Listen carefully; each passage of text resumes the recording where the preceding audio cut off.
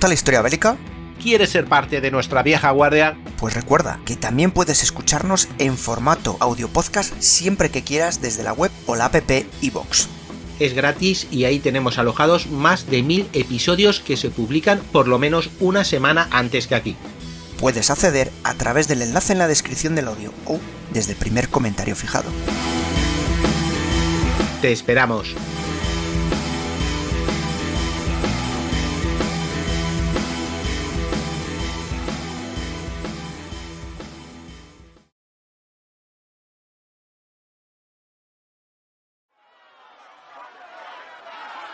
¿Por qué no hay que votar a Casus Belli?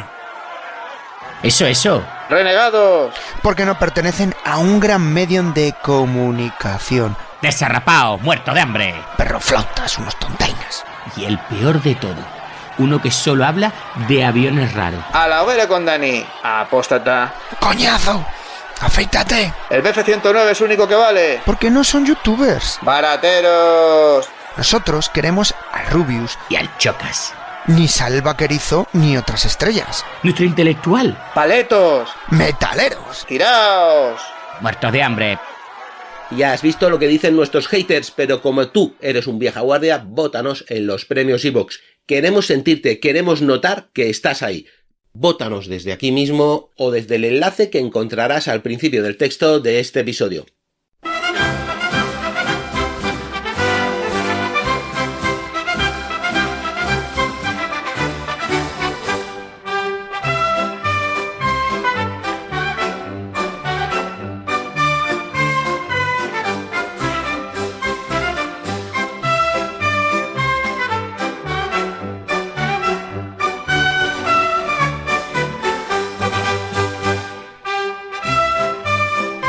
Hola y bienvenidos a un nuevo Casus Belli. Hoy vamos a hablar de la guerra en el mar, la guerra submarina durante la Gran Guerra. Hace ya muchos años grabé un podcast donde explicaba los tipos de submarinos que tuvieron los alemanes en la Gran Guerra. Hoy vengo a hablaros un poquito de cómo fue esta guerra submarina, cómo era la vida en el mar y cuáles las auténticas posibilidades que tuvieron los alemanes de ganar la guerra en el mar haciendo uso de los submarinos. Esto sirve un poco pues para explicar la Primera Guerra Mundial en esa saga, en esa serie que estamos haciendo con el gran Ismael, ¿verdad? Pues que es un experto, ¿verdad? Nuestro experto en la Gran Guerra. Como digo, muy rápidamente voy a explicaros cómo fue esta guerra submarina, sin entrar en unos detalles muy concienzudos, pero sí que hay algo importante. Fijaros, dijo el almirante Sir David Beatty en el año 1917. Hay dos cosas que van a decidir si ganamos o perdemos esta guerra y nada más va a influir en ello. Nuestros ejércitos pueden avanzar 1,5 kilómetros al día y matar a miles de unos, pero la clave está en si conseguimos bloquear al enemigo hasta que se rinda o si él hace lo mismo con nosotros. A ver, en pocas semanas la veracidad de la afirmación de Beatty se pondría a prueba. Fijaros, Sir David Beatty había sucedido a Jellicoe, comandante en jefe de la Gran Flota, cuando este último pasó al almirantazgo como primer lord del almirantazgo en diciembre del 16. Ni este acontecimiento ni ninguna maniobra alemana habían producido grandes cambios en la guerra naval en el denominado Mar del Norte. El almirante Reinhard Scheer había salido el 18 de agosto del 16 confiando en que los cepelines de la yo lo llamo la armada, ¿verdad? La marina de guerra alemana, le avisarían con tiempo de cualquier peligro u oportunidad. También dicen que contaba con la protección de submarinos estacionados en las posibles rutas de aproximación de la flota británica. Alertados por los mensajes de inteligencia británicos, Jellicoe también zarpó ese día de agosto. Sin embargo, fue un ejercicio inútil. Una serie de accidentes y errores de reconocimiento por ambas partes impidieron al final que las flotas se enfrentaran en combate. Los submarinos de Scheer sí que hicieron algo. Hundieron el crucero ligero británico el Falmouth y el submarino británico E-23 por su parte dañó al acorazado alemán Westfalen. A principios de octubre del 16, Scheer envió una pantalla de destructores para capturar presas en el Mar del Norte. Estos llegaron hasta el famoso Banco de Dogger y fueron seguidos por la flota de alta mar. En ese momento la inteligencia británica volvió a advertir de la incursión y desvió los barcos fuera de la ruta de los asaltantes alemanes. Mientras tanto, los servicios de información alemanes, al observar el gran volumen de mensajes que estaban mandando los británicos, advirtió a Scheer de que los británicos sabían que estaba fuera. Así pues, Scheer invirtió el rumbo y regresó a Alemania. Bueno, estoy diciendo Scheer, creo que es Scheer, ¿no? S-C-H-E-R, perdona mi alemán, a lo mejor no es así, o Scheer, ¿vale? Bueno, posteriormente en un informe al Kaiser a principios de julio del 16, Scheer, como sea, ya había llegado a la conclusión de que, decía así, ni siquiera el resultado más exitoso de una batalla en alta mar obligará a Inglaterra a hacer las paces. Y continuaba: la desventaja de nuestra situación geográfica en comparación con la del propio imperio insular y la enorme superioridad material del enemigo no pueden ser superadas hasta tal punto que nos conviertan en amos del bloqueo que se nos ha impuesto. Solo se puede esperar un final victorioso en la guerra en un futuro no muy lejano mediante el aplastamiento de la vida económica inglesa a través de la acción de los submarinos contra el comercio inglés. En octubre del 16, el alto mando alemán ya estaba empezando a discutir este modelo de acción en el mar, y el 9 de enero del 17 tomaron la fatídica decisión. Se opondrían al bloqueo británico con un nuevo tipo de bloqueo, calculado, atentos, para ganar la guerra en 6 meses. ¿Os suena, verdad, de la serie de podcast que ha hecho Antonio y Dani de la Segunda Guerra Mundial, verdad? En 6 meses ganamos la guerra del bloqueo. Berlín anunció la reanudación de la guerra submarina sin restricciones a partir del 1 de febrero del 17. Se esperaba, atentos, que los submarinos hundirían unas 600.000 toneladas de buques al mes. Gran Bretaña, totalmente dependiente de las importaciones, se vería abocada al hambre y a la rendición. Enfermero, el primer mes de la nueva ofensiva, menos de 100 submarinos alemanes hundieron, no poco, 540.000 toneladas de buques. En marzo, el total ascendió a 594.000 toneladas. Es uno de los mitos perdurables de la Primera Guerra Mundial que los británicos ignoraron el potencial de los submarinos hasta que la guerra reveló sus verdaderas capacidades.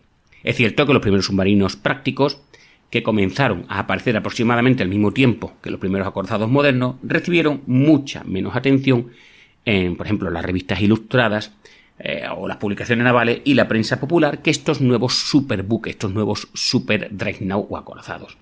En 1902, el almirante A.K. Wilson, que más tarde sucedería a Fisher como primer lord del mar, había declarado que los submarinos eran, atentos, desleales, injustos y malditamente poco ingleses. Propuso que las tripulaciones de los submarinos fueran tratadas como piratas, es decir, ahorcados directamente. A pesar de las diatribas de Wilson, otros almirantes habían comenzado a mostrar un marcado interés por la guerra submarina. Los submarinos de la clase D, que habían entrado en servicio con la Royal Navy en 1908, podían permanecer en el mar durante una semana y tenían el alcance necesario para llegar a la costa de Alemania. Los almirantes, como vemos, no habían perdido de vista el potencial de estos nuevos buques de guerra. Recordaba uno de los primeros comandantes de submarinos: a partir de 1908, los submarinos tuvieron suficiente éxito durante las maniobras como para abrir los ojos de todos los oficiales superiores que no estuvieran deliberadamente ciegos. Fisher también había sido partidario de emplear un gran número de submarinos en el Mar del Norte para tender emboscadas a los buques de guerra alemanes y patrullar la costa alemana. Después de que Churchill se convirtiera en primer lord en 1911, el almirantazgo comenzó a discutir el empleo de submarinos de largo alcance para bloquear las bases alemanas y el desarrollo de submarinos de gran velocidad para actuar como una especie de brazo táctico de la flota antes y durante y después de la batalla. A finales del 13, Churchill y la Junta del Almirantazgo habían comenzado a planear en secreto la sustitución de 2 de los 4 superacorazados presupuestados para el 14-15, atentos, por 22 submarinos. Es decir, en vez de construir 2 superacorazados, construiremos 22 submarinos. Con lo cual, vemos que los británicos sí confiaban en los submarinos. La intención de Churchill era repetir lo que Gran Bretaña había logrado en 1906, cuando la sorpresa tecnológica del acorazado había confundido y trastocado los planes navales de las demás potencias. Como escribiría más tarde: mi intención era dejar que los alemanes se comprometieran por completo con su programa de acorazados para este año, de modo que nosotros tuviésemos la ventaja. Por lo tanto, lejos de ser descuidado, el submarino era considerado por los británicos en el año 14 como una especie de superarma, así que nada de creeros que los británicos lo tenían como algo abandonado. El superarma funcionó solo moderadamente bien. Los submarinos británicos y alemanes que patrullaban frente a las bases enemigas y las rutas de aproximación lograron hundir varios buques de guerra. Como aporte, multiplicaron, eso sí, la ansiedad multiplicaron enormemente la ansiedad de los comandantes de la flota e inhibieron las posibles acciones que fueran a llevar a cabo, obligándoles a tener que estar tomando continuamente precauciones elaboradas y sobre todo costosas a nivel de combustible y tiempo. Sin embargo, eso sí, no lograron hundir ni un solo acorazado del modelo Dreadnought ni un crucero de batalla y por lo que, como podemos entender, nos supusieron una diferencia fundamental en equilibrio en la guerra en el mar. Pero, ¿y si los submarinos se dirigieran contra los buques mercantes en lugar de contra los buques de guerra? He aquí lo que estaban planteando los alemanes, ¿verdad? Fischer había planteado esta posibilidad en 2 ocasiones, en el 12 y en el 14, en documentos preparados para el almirantazgo y el gabinete, pero ni Churchill ni ninguno de sus asesores podían creer, atentos, que una potencia civilizada hiciera algo así. Los alemanes tenían su propia visión de lo que se puede entender por civilizado. 785 civiles, entre ellos 59 niños y 35 bebés, murieron cuando el transatlántico Lusitania, de la compañía Cunard, fue hundido sin previo aviso por el submarino U-20 en 1915, en la primera y más famosa catástrofe de la guerra de los submarinos. Al final de la guerra, más de 15.000 civiles británicos perdieron la vida en ataques relacionados con submarinos, junto con varios miles de otros no combatientes cuyos países no estaban ni estuvieron siquiera en guerra con Alemania.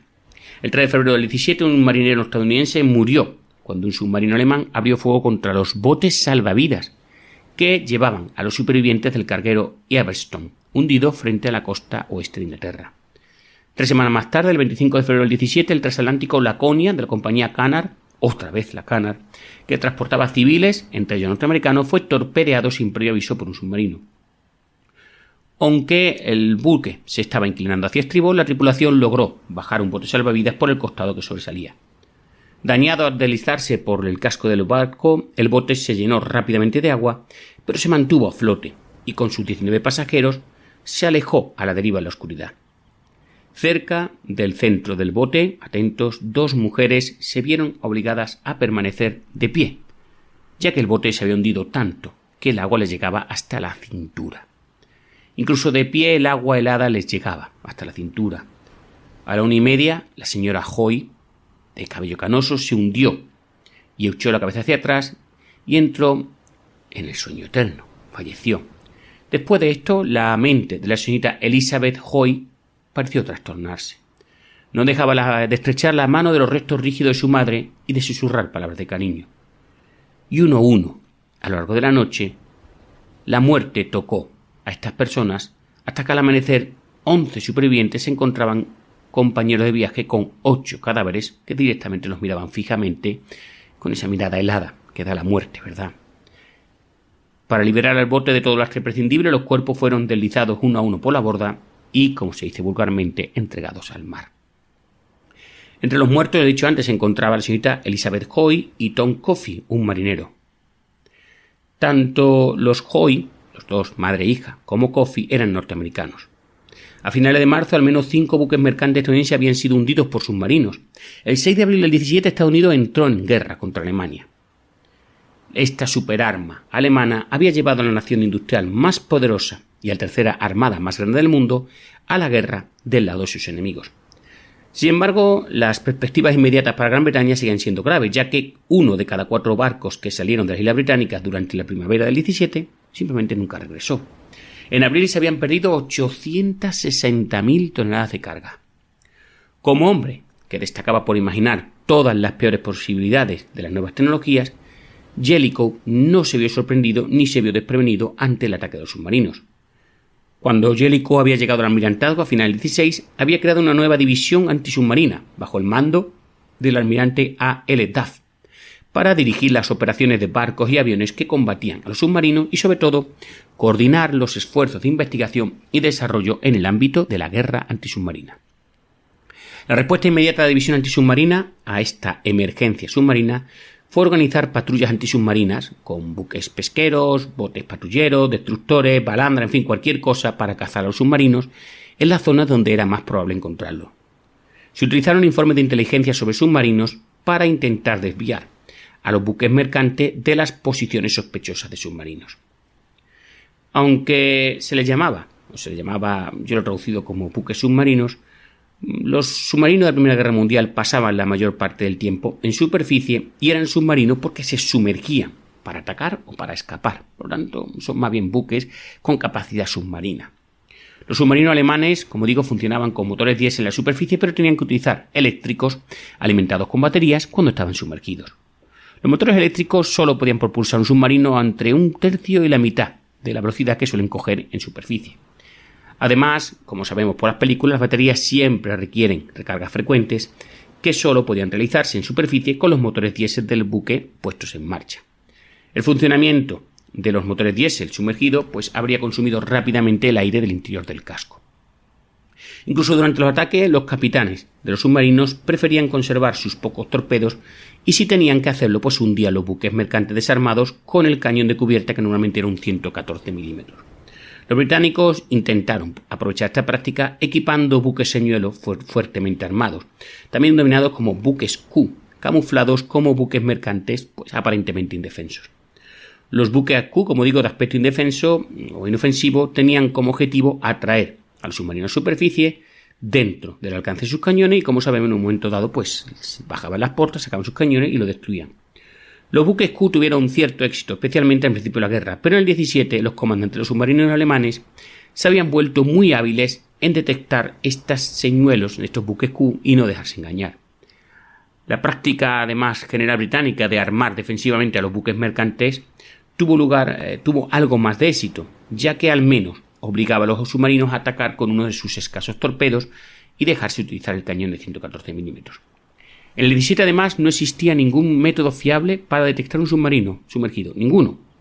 Se utilizaban algunos hidrófonos primitivos, pero solo podía utilizarse a bordo de un buque que apenas se moviera, ya que en aquel momento el ruido de los motores o del agua contra el casco podía ahogar el posible ruido del submarino, con lo cual el barco tenía que estar quieto. Si el submarino también se movía lentamente o permanecía inmóvil en el fondo, táctica que ya conocemos, era extremadamente difícil de detectar. Además, los primeros hidrófonos no podían indicar la dirección de donde procedían los sonidos que captaban, simplemente que estaban. Otro método de detección consistía en amarrar largas líneas de redes de alambre a boyas que indicaban si se movía la presencia de un submarino.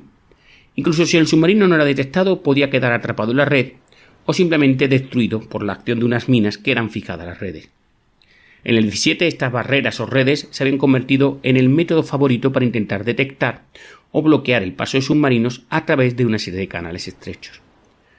Los submarinos alemanes que regresaban o salían de sus bases por el Canal de la Mancha tenían siempre que atravesar una serie de redes y campos de minas que se extendían en aquel momento desde Folkestone hasta el cabo Grisnez, en el estrecho de Dover. Por las noches, además, la zona eran patrulladas por barcos pesqueros que utilizaban reflectores y bengalas con la intención de detectar cualquier submarino que intentara maniobrar en superficie, es decir, no cruzar por debajo del agua, sino por encima.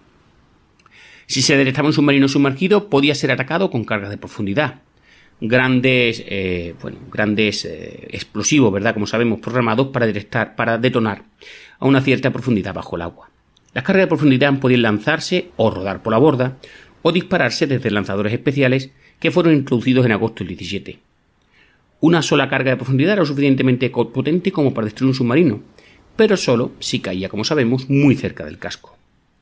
Por ejemplo, uno de estos artilugios de aproximadamente 54 kilos con TNT tenía que explotar a menos de 8,5 metros del submarino para causarle daños graves. En cualquier caso, hasta el otoño del 17 se dispusieron de relativamente pocas cargas de profundidad. En julio del 17, los buques antisubmarinos más pequeños solo podían llevar 4 cargas de profundidad, con lo cual se acababan pronto, sin armas. A pesar de todo el esfuerzo británico, las pérdidas de buques continuaron subiendo. A finales de marzo del 17, Sir Edward Carson, que se había convertido en el primer Lord del Almirantazgo el diciembre anterior, escribió a Beatty que la campaña submarina les causaba una gran ansiedad y no veo ninguna luz al final del túnel en nuestros esfuerzos por combatir esta amenaza. El almirante le llegó a plantear la pregunta: ¿puede el ejército ganar la guerra antes de que la Navy la pierda? Al esbozar el curso de la campaña submarina para el almirante William S. Sims, el en aquel momento llegado representante naval estadounidense en Londres, Jellicoe observó que dice así: es imposible que continuemos con la guerra si las pérdidas siguen siendo así. Como digo, le dijo al almirante William S. Sims, almirante norteamericano. Tanto Sims como Betty instaron al almirantazgo a restablecer el antiguo sistema de navegación de buques mercantes en agrupaciones tácticas escoltadas, algo que los españoles habían utilizado durante 3 siglos, se llamaba así, convoyes, y que habían funcionado muy bien para proteger el transporte marítimo contra los atacantes en la era de la navegación a vela. Otros oficiales navales y políticos también habían instado a que se probara este sistema. Sin embargo, atentos, para los expertos del almirantazgo, que estaban repletos de estadísticas, informes y estudios técnicos, las sugerencias sobre los convoyes parecían simplemente el producto de personas muy mal informadas. Fíjate lo que decía. El propio análisis del almirantazgo sugería que había demasiados buques navegando hacia destinos muy diferentes y por tanto había muy pocas escoltas disponibles para proteger todos estos buques. Dudaban de que muchos mercantes de muchos modelos y nacionalidades diferentes pudiesen formar en un gran convoy y ejecutar las maniobras necesarias para zigzaguear o cambiar de rumbo cuando lo mandase algún comandante. Desde el punto de vista militar, los convoyes eran una medida pasiva y defensiva que simplemente lo que hacían era agrupar los objetivos para los submarinos. Cuanto mayor es el número de barcos que forman el convoy, mayor es la probabilidad de que un submarino pueda atacar con éxito. Un submarino podía permanecer a distancia y disparar sus torpedos en medio del convoy con todas las posibilidades de éxito. Fijaros, esto que nos ha dicho Dani es lo que decía un estudio oficial del almirantazgo. Por tanto, las patrullas y los barridos eran de naturaleza ofensiva y eran siempre preferibles. Las patrullas ofensivas sonaban adecuadamente, ¿verdad? Agresivas, suena agresivo. En realidad, en palabras de un experimentado cazador de submarinos de la posterior guerra, de la Segunda Guerra Mundial, era como si un fusilero tratara de proteger una caravana en el Sahara paseando al azar por la ruta y a ver qué me encuentro. Pues es lo mismo. Ignorante de la historia naval y sin un Estado Mayor real para reunir y evaluar la información operativa, el almirantazgo siguió resistiéndose a la idea de los convoyes hasta finales de abril del 17. Para entonces las pérdidas eran tan graves que la división antisubmarina decidió que incluso un convoy fallido no podría empeorar mucho las cosas. La entrada de los Estados Unidos en la guerra significaba que se dispondrían de muchos más destructores y otros buques de escolta y que se podían reunir convoyes en los puertos norteamericanos. Como aporte adicional, el almirantazgo había descubierto tardíamente que el número de buques que había que proteger era mucho menor de lo que había creído. Qué tontería, ¿verdad? Esto se debía a que el Ministerio de Transporte Marítimo y el almirantazgo habían contado todos los buques que salían de un puerto británico como buques oceánicos que necesitaban protección. En realidad, solo unos 250 de los 5.000 buques que llegaban y salían cada semana eran buques transoceánicos, es decir, que necesitaban protección. Pues vaya equivocación, ¿no? De 250 a 5.000. El 10 de mayo, el primer convoy experimental zampó de Gibraltar y llegó a los puertos británicos sin pérdida 12 días después. En julio ya operaban convoyes transatlánticos desde Hampton Roads, Nueva York y Halifax, en Canadá. Y otros convoyes operaban desde Gibraltar, Sierra Leona y Dakar. El sistema de convoyes dio lugar a una reducción casi inmediata de las pérdidas marítimas. De hecho, solo una pequeña fracción de los buques de cualquier convoy se perdía a causa de los submarinos. Estos notables resultados se dieron principalmente al hecho de que en lugar de hacer a los barcos más vulnerables, como debía el almirantazgo, los convoyes los hacían mucho más difíciles de localizar. Como observaría el genial Winston Churchill, el mar es tan vasto que la diferencia entre el tamaño de un convoy y el de un solo barco se reduce hasta ser casi insignificante. De hecho, había casi tantas posibilidades de que un convoy de casi 40 barcos pasase desapercibido entre las patrullas de submarinos como las que tenía un solo barco. Además, los convoyes podían ser advertidos por radio para que se alejaran de las posiciones conocidas de los submarinos, y si el convoy era atacado, los submarinos se exponían a un contraataque inmediato por parte de todos los buques de guerra que normalmente escoltaban un convoy. Sin embargo, no todos los buques navegaban en convoyes, y no todos los puertos disponían de ellos.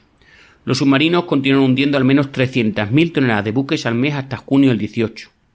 No fue hasta mayo de ese año cuando las ganancias británicas en el sector marítimo, gracias a la construcción, compra y el traslado de diferentes buques, superaron finalmente el número de buques hundidos por los submarinos. En el 18 se hundieron más submarinos en relación con los buques perdidos, ya que se disponían, por fin, de más escolta y buques antisubmarinos, así como de un mayor número de minas y cargas de profundidad, estas ya últimas mejoradas. Además, los descifradores de códigos del almirantazgo también se hicieron más expertos en la obtención y difusión oportuna de información sobre los submarinos.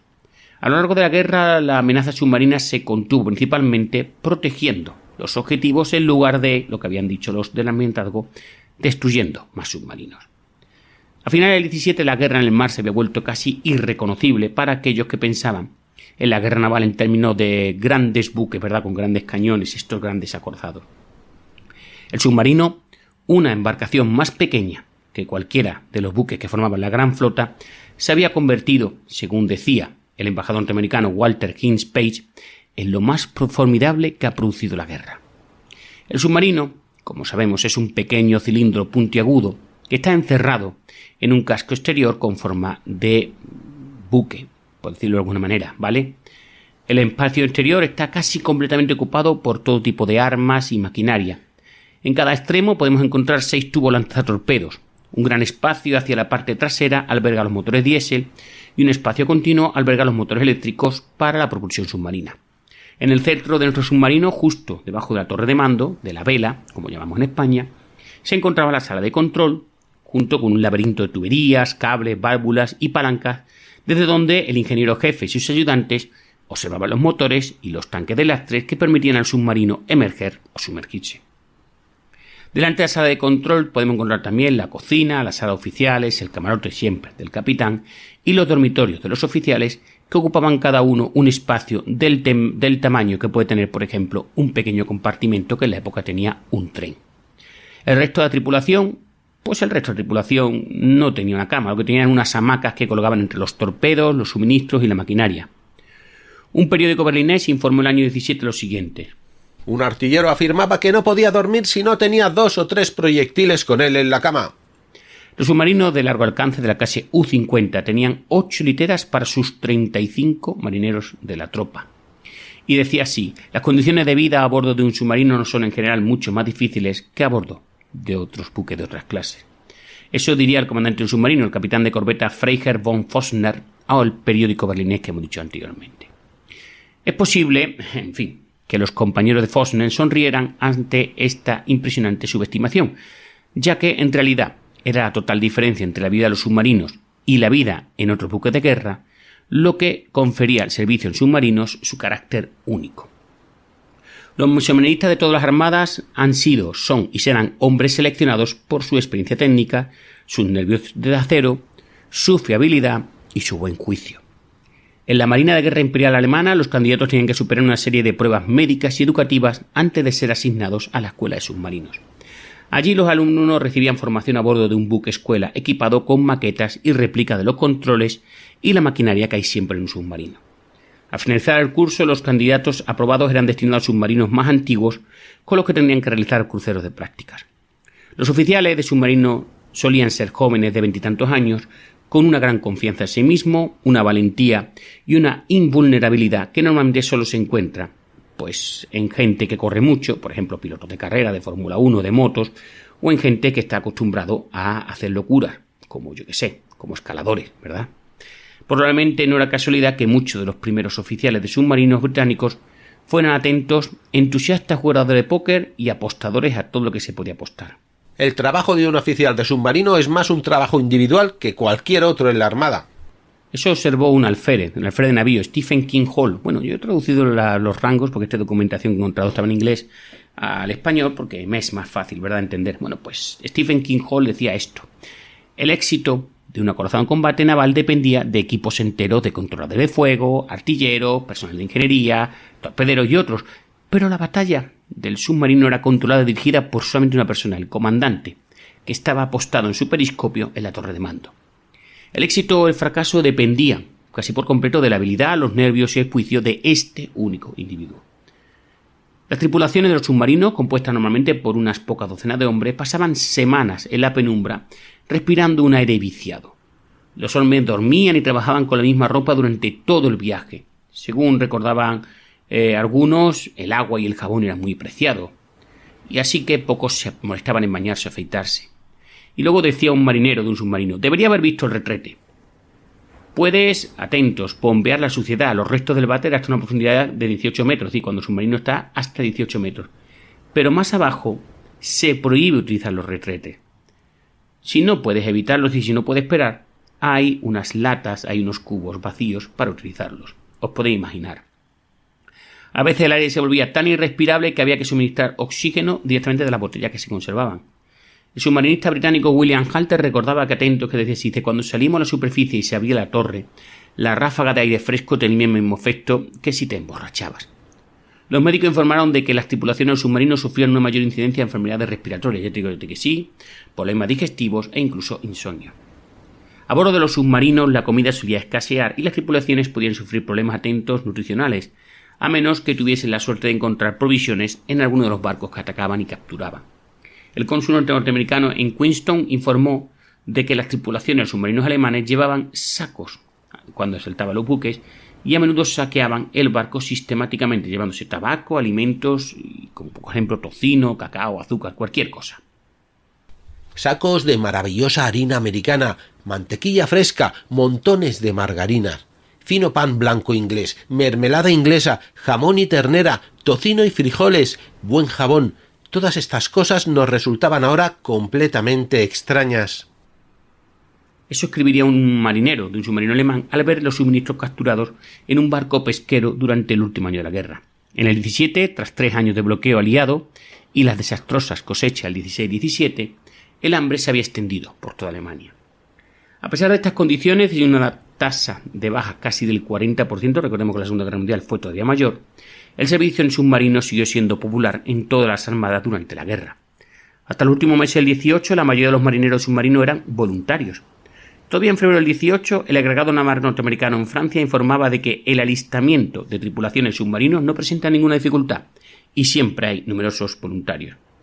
Un estudio no oficial, más bien semioficial británico sobre la guerra submarina concluyó lo siguiente: la disciplina de las tripulaciones submarinas alemanas nunca se quebrantó. Los submarinistas se mantuvieron firmes hasta el final. Los casos de locura, aunque no eran desconocidos, no eran tan frecuentes como cabría esperar. Todavía no se ha dado ningún caso de tripulación de submarino que se haya negado en masa a hacerse a la mar, por muy peligrosa que fuese la misión que le esperaba.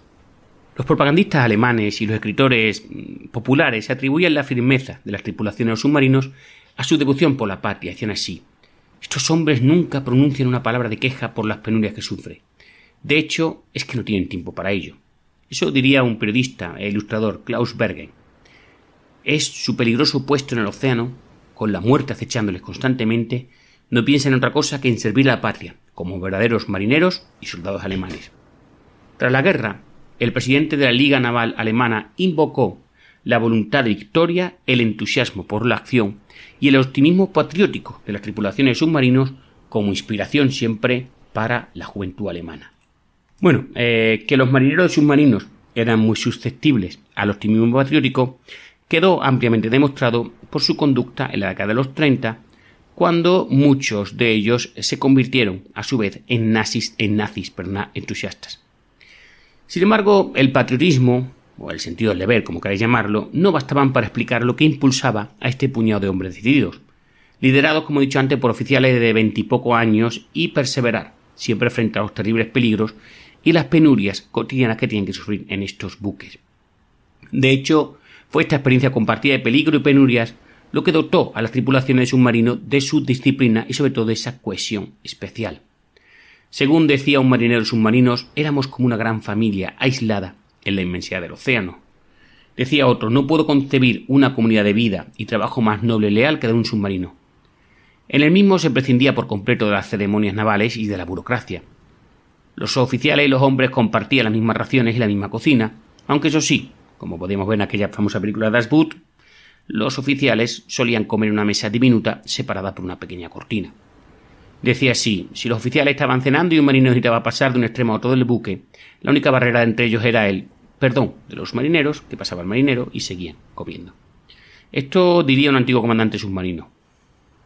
Tenía que esforzarme por mantener la pose distante de un oficial de marina y no mostrarme demasiado amistoso, porque en mi interior consideraba a cada uno de ellos como un amigo. Al fin y al cabo, no podía ser de otra manera. Nos enfrentábamos juntos a una muerte horrible. Cada vez que reunía a los hombres para hablarle, Solía tomar precaución especial para mantener mi dignidad y poder continuar con mis comentarios sin temor a mostrarme demasiado amistoso en ese momento con los hombres que eran realmente los mejores y más leales amigos.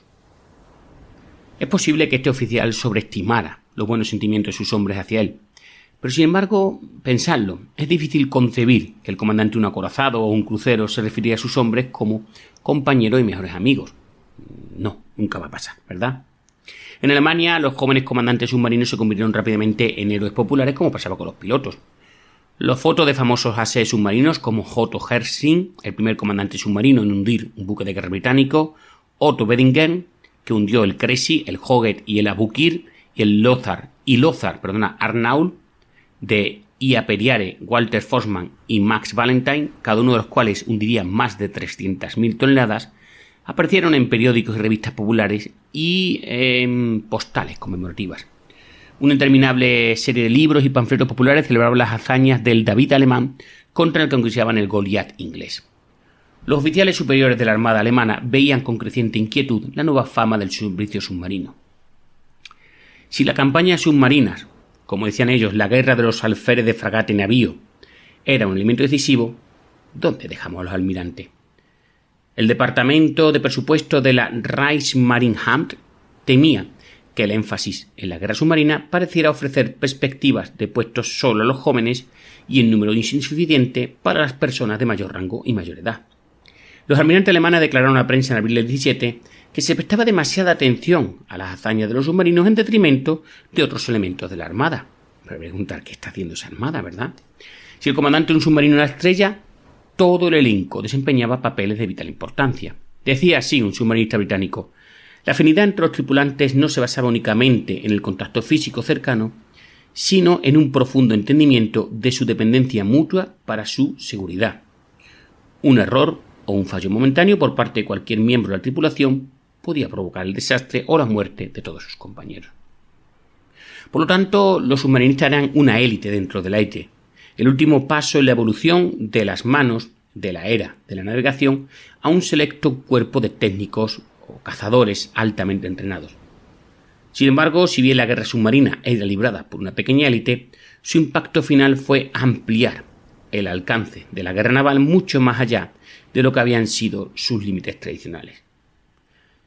Y bueno, vamos a seguir un poquito más y vámonos ahora a otro punto, dejamos los submarinos alemanes, y es que en la planta baja de la Admiralty House, en Whitehall, en la pared oeste de un gran salón con vistas al Horse Guards Parade, cuentan, un enorme mapa que mostraba la posición de todos los convoyes en las aguas que rodeaban a la isla británica. Como digo, en la planta baja de la Admiralty House, en Whitehall. Un tubo neumático de estos que recordáis de las películas, de que se lanzan, o como podemos ver los supermercados para mandar el dinero. Bueno, pues conectaba esta sala de mapas con las oficinas de inteligencia y de comunicaciones situadas en los pisos superiores. A medida que los cilindros caían en las cestas de alambre que mostraban las posiciones de los submarinos, estas también se trazaban en el mapa. La sala de mapas que he dicho antes era el centro neurálgico de la guerra contra los submarinos, una guerra en la que participaban un gran número de personas y organismos tanto en tierra como en el mar. La batalla contra los submarinos no solo involucró a las flotas enemigas, sino también a miles de buques de carga y sus tripulaciones, junto con cientos de buques pesqueros, caboteros, botes trapolleros, lanchas a motor y otras embarcaciones auxiliares, todas tripuladas siempre por los magníficos y siempre importantísimos reservistas, como a voluntarios civiles que mantenían las barreras antisubmarinas, cuando tenían que hacer, pues colocaban las minas, patrullaban las aguas costeras y escoltaban, si era necesario, a los convoyes. En tierra, el almirantazgo, el Ministerio de Transporte Marítimo, los ferrocarriles, los estibadores, los trabajadores de los astilleros, los soldadores, los herreros, en fin, cualquiera participaba directamente en la lucha contra los submarinos. La rapidez y eficiencia con que se descargaban, reparaban y construían los barcos nuevos tuvo un impacto tan grande en la campaña como cuando simplemente se hundía un submarino. Digo simplemente como que todo era importante para el proceso de. De este modo, la tendencia hacia la guerra total, es decir, la movilización total de los efectivos, la industria y los recursos de una nación para lograr la victoria militar, eso es lo que conocemos como guerra total, que ya había envuelto a las naciones beligerantes en Europa, se extendió también a la denominada guerra naval. Las víctimas de la nueva guerra total en el mar no van a ser solo los marineros. En la primavera del 17 los alemanes extendieron, como he dicho antes, sus ataques a cualquier buque, incluso a los barcos hospital, que siempre iban claramente identificados. ¿Por qué?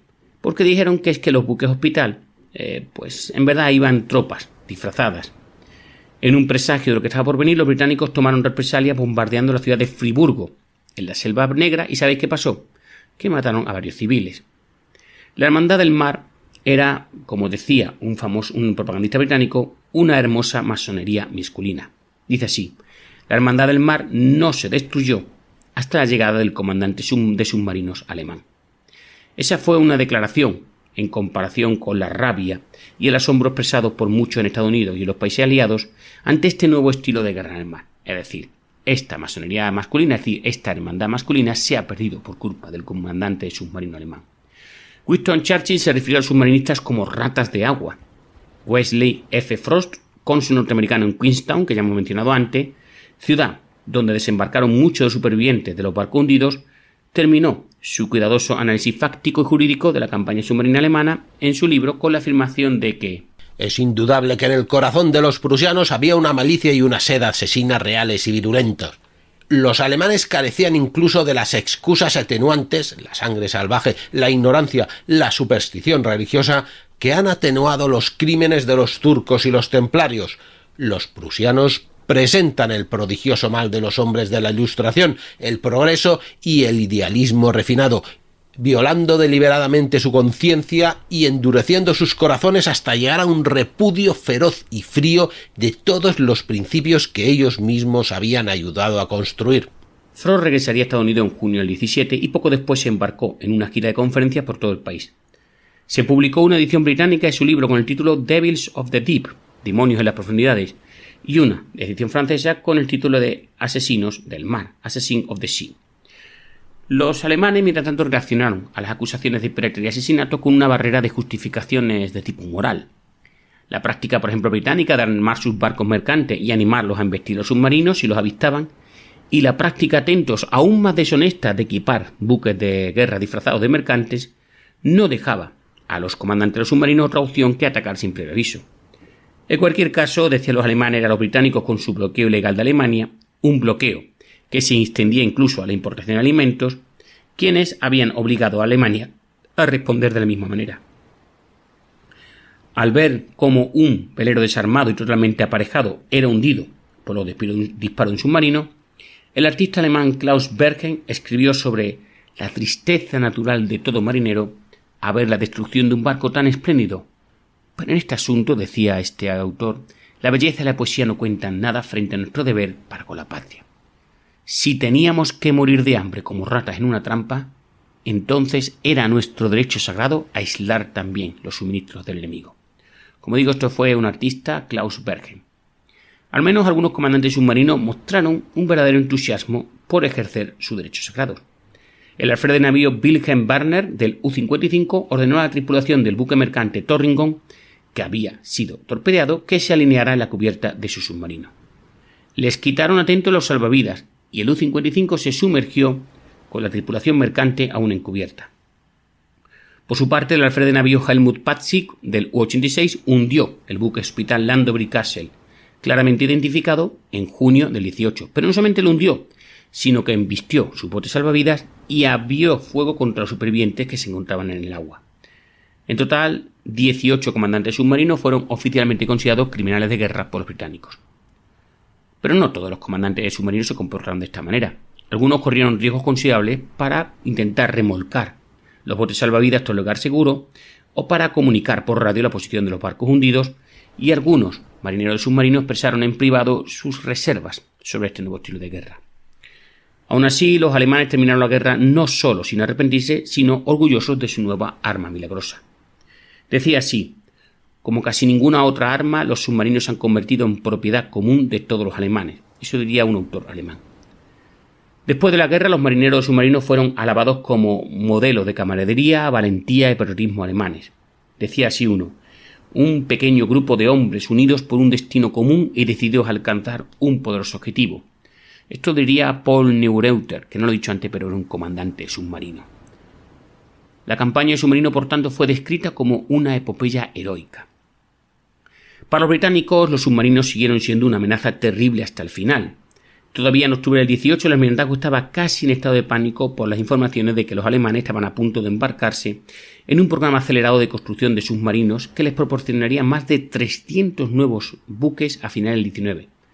Sin embargo, la guerra estaba a punto de terminar, como había comenzado en tierra, en Francia y en Flandes. Por lo tanto, no les dio tiempo. ¿Y a qué ha sido eso? Los nuevos drones de los reverdes.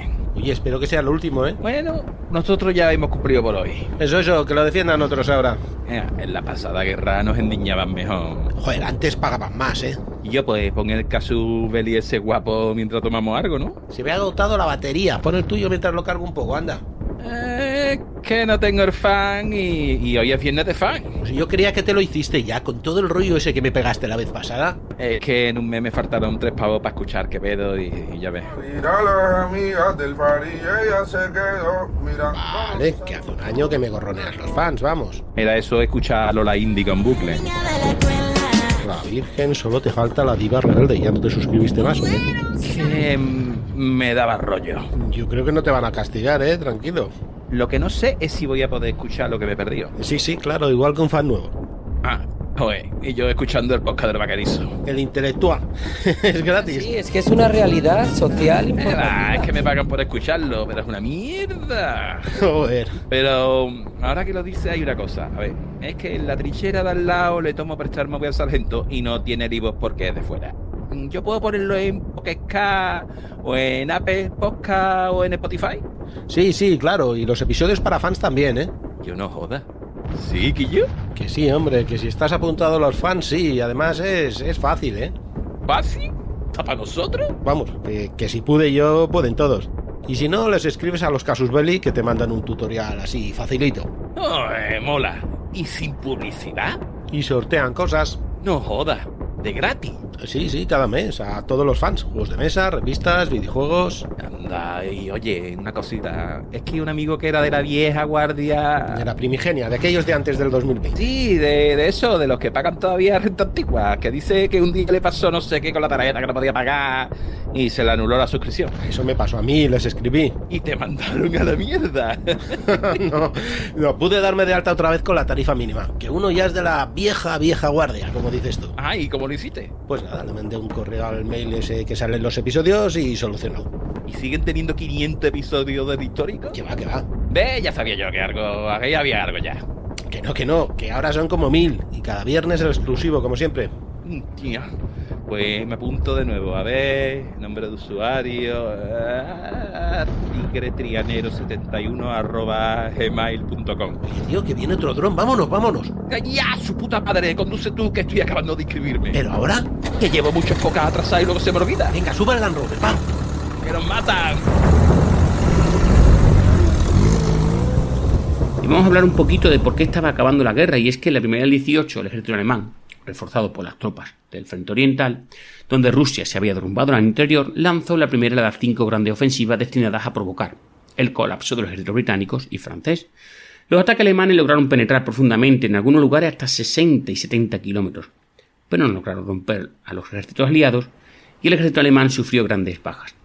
En julio, cuando la última ofensiva masiva alemana se detuvo, británicos y franceses, reforzados por un nuevo y numeroso ejército de campaña norteamericano, atacaron a lo largo de todo el frente occidental.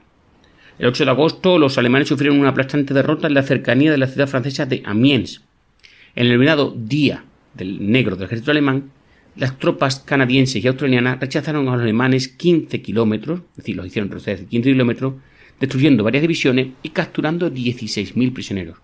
En septiembre los alemanes estaban de vuelta hacia donde habían comenzado su ofensiva en marzo.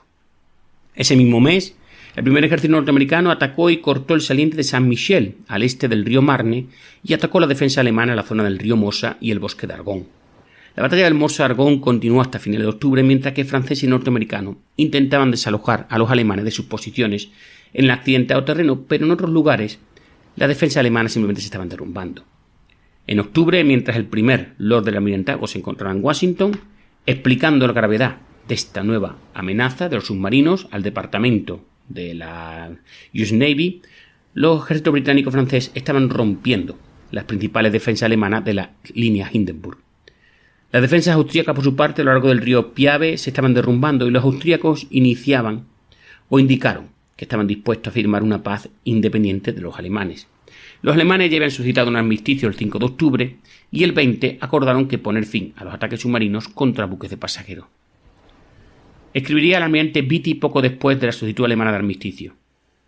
Hemos llegado al momento psicológico más propicio, si es que alguna vez lo ha habido, para que la flota de alta mar haga alguna demostración. Los almirantes alemanes estuvieron totalmente de acuerdo. Fijaros, la flota de alta mar solo había salido una vez en el 16. Fue en abril del 18 cuando Scheer había sacado toda su flota para atacar los convoyes que transportaban suministros desde Escandinavia a Gran Bretaña. Dado que estos convoyes estaban protegidos por una escolta de 4 o 5 acorazados, hubiera sido una excelente oportunidad para que los alemanes lograran su objetivo de eliminar una parte de la flota de batalla británica. Los alemanes, observando el silencio radiofónico, habían zarpado sin que los británicos se enteraran de su salida. Pero la flota de alta mar zarpó el día equivocado para interceptar un convoy. Mientras los alemanes buscaban en el océano vacío, los motores del crucero de batalla Moltke fallaron, inutilizando de camino el barco. Los mensajes inalámbricos sobre el Moltke fueron interceptados por británicos y toda la gran flota, ahora reforzada por 5 acorazados norteamericanos, zarpó de su nueva base en Rosyth, en Escocia, para interceptar a los alemanes cerca de Long Fortis. Para los alemanes, que aún no habían encontrado ningún convoy, ya habían comenzado a regresar a su base, por lo tanto no se iban a encontrar. Con el inicio de las negociaciones del armisticio en octubre, los almirantes alemanes, se desesperaron por atacar de alguna manera y justificar los 4 años de relativa inactividad de la flota de batalla. Scheer, que ahora se había convertido en jefe del alto mando de la Armada, y Hipper, que él había sucedido como comandante de la flota de alta mar, estaban a favor de esta inacción. El jefe del Estado Mayor de Hipper, el contraalmirante Adolf von Trotha, declaró que una batalla por el honor de la flota en esta guerra, aunque fuese una batalla a muerte, sería la base de una nueva flota alemana en el futuro. De hecho, Trotha y su Estado Mayor ya estaban trabajando en un plan para una última salida de la flota de alta mar. Los destructores atacarían la costa de Flandes y la desembocadura del Támesis con el fin de atraer a la gran flota británica. Las fuerzas alemanas en retirada conducirían a la flota británica que les perseguiría hacia los submarinos y los campos de minas. La flota de batalla alemana combatiría entonces a la gran flota al final del día cerca de la costa holandesa. Algunos oficiales alemanes incluso discutieron la idea de invitar al Kaiser a subir a bordo de un buque insignia para morir gloriosamente con su flota. En fin, independientemente de si se planeaba o no invitar al Kaiser, Scheer y Hipper se esforzaron por mantener su plan en secreto. ¿Ante quién? Pues ante el gobierno alemán, porque se encontraba en medio de complicadas negociaciones para un armisticio y no estaba para pensar en una salida, ¿verdad?, gloriosa de la Armada. Los rumores sobre los preparativos para una salida suicida se extendieron rápidamente entre los marineros de la flota de alta mar, que se sentían cada vez más incómodos al ver a sus oficiales beber brindando por la muerte o la gloria. Los marineros habían dejado de creer en la gloria hacía tiempo y no les entusiasmaba morir por el prestigio de la Armada. Los meses y años de inactividad, aburrimiento y confinamiento habían desmoralizado gravemente a las tripulaciones de los acorazados y cruceros de batalla que habían permanecido ociosos fondeados en Kiel y Wilhelmshaven. La euforia temporal que muchos sintieron tras la batalla de Jutlandia se había disipado de hacía tiempo. Según decía uno, qué vida tan miserable, aburrida y estúpida llevamos. Preferiría cargar piedras todo el día si sirviera para algo útil. Eso diría el marinero Stumpf, menos de 6 meses después de la batalla de Jutlandia. Las relaciones además entre oficiales y hombres, que nunca había sido muy buenas, se habían deteriorado aún más. Abundaban las historias y los rumores sobre el maltrato y la falta de consideración de los oficiales hacia sus hombres. Recuerda lo que hablábamos de la diferencia con los submarinos. Una de ellas se refería, por ejemplo, al caso de un marinero que recibió 3 telegramas en los que se le notificaban que su esposa se estaba muriendo, pero no se le concedió permiso hasta después de su muerte.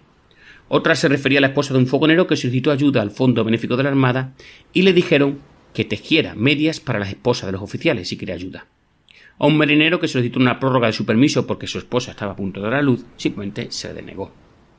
En los acorazados teníamos dificultades para encontrar un oficial de rango medio realmente capaz que aún estuviese en condiciones de servir en un submarino. Así que nos vimos privados del modelo de oficial con esas cualidades esenciales para las buenas relaciones entre los oficiales y la clase de tropa. Las mismas condiciones prevalecían en el cuerpo de suboficiales. Eso escribiría el almirante von Trotha. Los suboficiales y los oficiales de ingeniería, que tenían malas relaciones con sus hombres y una rivalidad envidiosa con los oficiales denominados de línea, a menudo ocultaban los casos de insubordinación porque querían mantener a los comandantes, sobre todo a los segundos comandantes, fuera de su ámbito de competencia. Los marineros resentían que los oficiales tuvieran mejor comida, camarotes más cómodos y generosas oportunidades de vacaciones y permisos. A medida que la escasez se agudizó durante el invierno del 16-17, el resentimiento se transformó en frustración y sobre todo en rabia. En términos monetarios, la ración del oficial era casi el doble que el de la tropa y la marinería, y su comida se preparaba en cocinas especiales. La dieta de los marineros consistía principalmente en un guiso compuesto en un 75% con agua, con pequeñas cantidades de salchichas, patatas y nabos, al que los marineros llamaban Drahtverhau, o alambre de púas picado. Un marinero, Joachim Riegel-Natz, afirmó que la mayoría de los marineros de su barco sufrían malnutrición y que las dietas les estaban arruinando los dientes y las encías. Eso se llama escorbuto. En fin, malditos los oficiales, nunca más se les permitirá arrastrar una guerra. Que practiquen una profesión honorable o que se mueran. Eso diría nuestro querido Stumpf. En el verano del 17 se produjeron ataques de hambruna y paros laborales en la flota. El 2 de agosto hubo un intento de motín por parte de los marineros del acorazado Prince Luitpold, que se saldó con 10 condenas a muerte y decenas de penas menores. 2 de las condenas a muerte se ejecutaron después de que el almirante Scheer saboteara personalmente los intentos de los acusados de apelar directamente al Kaiser, como asistía, por cierto, al derecho según el Código de Justicia Militar alemán. La Armada culpó de todo el episodio a agitadores socialistas, instituyó comité de quejas sobre la comida y realizó esfuerzos reales, eso sí, para mejorar la ración de los marineros. Se instituyó un programa de adoctrinamiento nacionalista atento a cargo de los portavoces de partidos de extrema derecha, ¡qué raro!, al que los marineros se referían con desdén como las 2 horas de amor a la patria. En otoño del 18, pocos marineros de la flota de alta mar estaban dispuestos a lanzarse a una misión final de muerte y gloria, y pocos oficiales estaban cualificados para liderar ni siquiera su buque. Cansados de las privaciones de la autoridad, desanimados por la noticia del colapso de las defensas alemanas en Bélgica, los marineros simplemente esperaban con esperanza un armisticio y un fin de la larga guerra.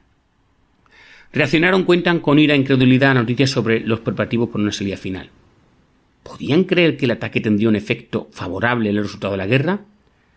Todos los marineros alemanes conocían la superioridad de la flota británica y podían contar con los dedos de las manos, en fin, qué buque seguiría existiendo una vez terminara el combate, es decir, muy pocos. Es más, aunque nos lleváramos un buque alemán, un buque británico, ¿seguiríamos flotando? Pues tampoco, seguramente otro británico nos acabaría hundiendo. Según recordaban, decía, ¿no parecía más probable que los oficiales simplemente buscaran esa muerte con honor que exigía su gloria? Es decir, pegaron un tiro, ¿vale? El 28 y 29 de octubre se produjeron disturbios en Wilhelmshaven a bordo del crucero ligero Regensburg y los acorazados Konkret, Wilhelm, König y Markgraf. Los marineros simplemente se negaron a levar anclas, se atrincheraron en varias partes de los buques, se negaron a cargar carbón e inutilizaron sus equipos. Hipper suspendió temporalmente la salida y dispersó los buques, algunos de los cuales enarbolaban la bandera roja de la Revolución y que marchaban hacia sus puertos de origen. En Kiel, los marineros rebeldes se unieron a los trabajadores de los astilleros, los marineros de las instalaciones costeras y las tropas locales en una rebelión cada vez más amplia. El cuerpo de oficiales de la marina alemana se derrumbó rápidamente ante esta revuelta generalizada. Pocos estaban dispuestos a arriesgar su vida para establecer el orden y muchos se alegraron de culpar del colapso de la flota ¿a quiénes? Pues a los sempiternos agitadores bolcheviques y al nuevo gobierno de Berlín. Según escribió Stumpf el 30 de octubre, la autoridad de los oficiales se ha desvanecido. Se rinden en masa. Irónicamente, solo gracias a los esfuerzos de los tan despreciados suboficiales y oficiales de menor rango, recordad lo que decía ingeniería y demás, se mantuvieron los barcos en condiciones suficientes para ser entregados posteriormente a los aliados victoriosos después de que Alemania firmara un acuerdo de armisticio el 11 de noviembre. Durante la década siguiente se examinaron y debatieron minuciosamente los errores, las lecciones y los logros de la guerra naval. Se debatieron sin cesar la estrategia, la táctica, las políticas y las personalidades, los barcos y las armas. Sin embargo, hubo un amplio consenso sobre la dimensión humana. Se dijo que la explicación podía encontrarse en el carácter nacional o la herencia. Los alemanes, aunque valientes, eficientes y técnicamente expertos, se sintieron intimidados y aterrorizados por el prestigio y la fuerza intimidatoria de la Royal Navy. Carecían, por tanto, del verdadero instinto marítimo. Según decía el jefe de Estado Mayor de Beatty, los alemanes nunca habían sido una nación marinera. Por muy eficiente que sean, no tienen el verdadero espíritu ni el carácter de los marineros. Por muy grande que fuera la armada creada por el Kaiser Guillermo y Tirpitz, le faltaba algo. ¿Era la tradición, el carácter o algo diferente? Su primera reacción al entrar en contacto con el enemigo era inevitablemente dar media vuelta y regresar a casa. Como digo, esto es lo que pensaban el jefe de Estado Mayor de Beatty. En contraste, decían, la Armada Británica tenía instinto marino. El almirante Sir Reginald Bacon declaró que sólo la herencia podía haber inspirado a los hombres de la Armada Mercante a navegar con calma y sin descanso, cuando en cualquier momento una mina o un torpedo invisible podían sellar su destino. Incluso los alemanes atentos parecieron aceptar este argumento. El almirante Tirpitz llegó a decir: el pueblo alemán no entiende el mar. Karl Dönitz, un oficial alemán de submarinos que más tarde se convirtió en el máximo comandante naval de Hitler, creía atentos que la culpa de la derrota recaía en la mentalidad continental de nuestro gobierno, de los dirigentes del ejército y de todo el pueblo alemán. Curiosamente, nadie se atrevió a preguntar si eran los rasgos hereditarios los que mantenían a las tripulaciones del submarino en el mar, en las condiciones más difíciles y con una tasa de baja que he dicho antes del 40%.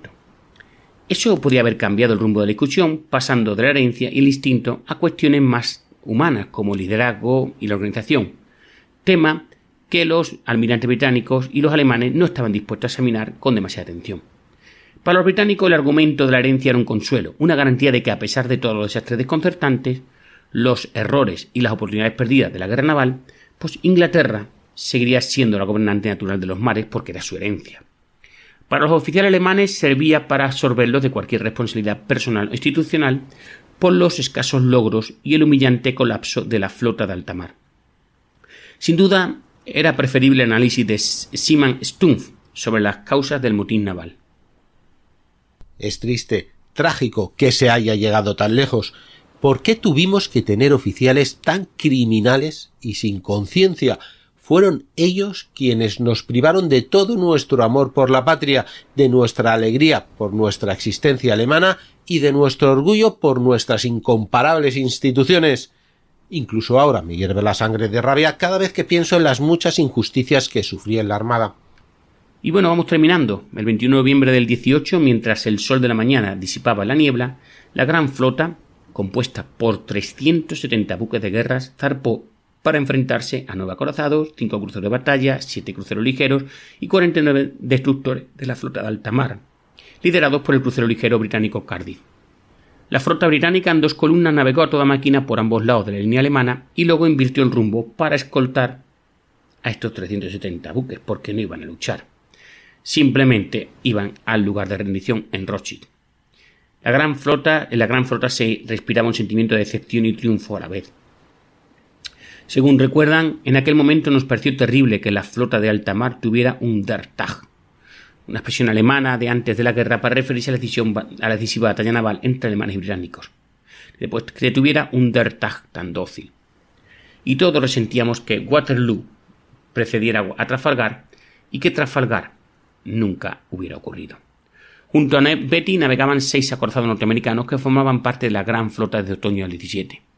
La contribución de la US Navy de los Estados Unidos al esfuerzo bélico había sido importante, quizá decisiva, pero esencialmente había desempeñado un papel secundario con respecto a la British Navy.